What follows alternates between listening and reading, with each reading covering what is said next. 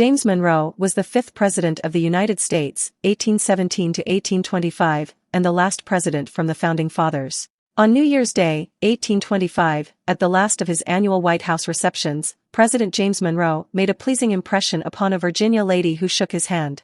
He is tall and well-formed.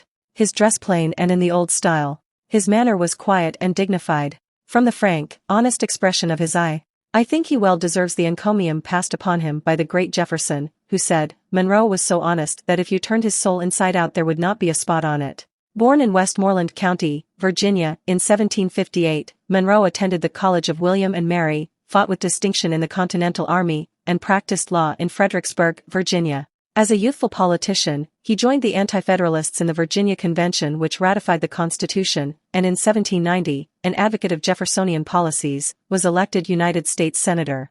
As minister to France in 1794 to 1796, he displayed strong sympathies for the French cause. Later, with Robert R. Livingston, he helped negotiate the Louisiana Purchase. His ambition and energy, together with the backing of President Madison, made him the Republican choice for the presidency in 1816. With little Federalist opposition, he easily won re-election in 1820. Monroe made unusually strong cabinet choices, naming a Southerner, John C. Calhoun, as Secretary of War, and a Northerner, John Quincy Adams, as Secretary of State. Only Henry Clay's refusal kept Monroe from adding an outstanding Westerner. Early in his administration, Monroe undertook a goodwill tour. At Boston, his visit was hailed as the beginning of an era of good feelings. Unfortunately, these good feelings did not endure, although Monroe, his popularity undiminished, followed nationalist policies. Across the facade of nationalism, ugly sectional cracks appeared. A painful economic depression undoubtedly increased the dismay of the people of the Missouri Territory in 1819 when their application for admission to the Union as a slave state failed. An amended bill for gradually eliminating slavery in Missouri precipitated 2 years of bitter debate in Congress.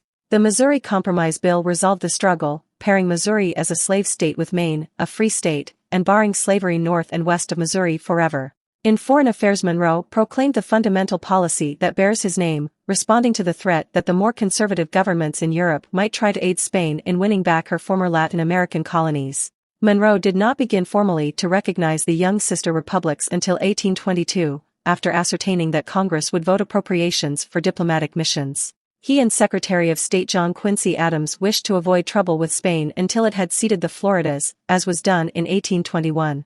Great Britain, with its powerful navy, also opposed reconquest of Latin America and suggested that the United States join in proclaiming hands-off. Ex-Presidents Jefferson and Madison counseled Monroe to accept the offer, but Secretary Adams advised, it would be more candid, to avow our principles explicitly to Russia and France, than to come in as a cockboat in the wake of the British man-of-war. Monroe accepted Adams's advice. Not only must Latin America be left alone, he warned, but also Russia must not encroach southward on the Pacific coast.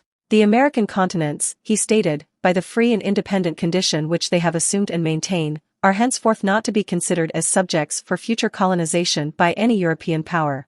Some 20 years after Monroe died in 1831, this became known as the Monroe Doctrine.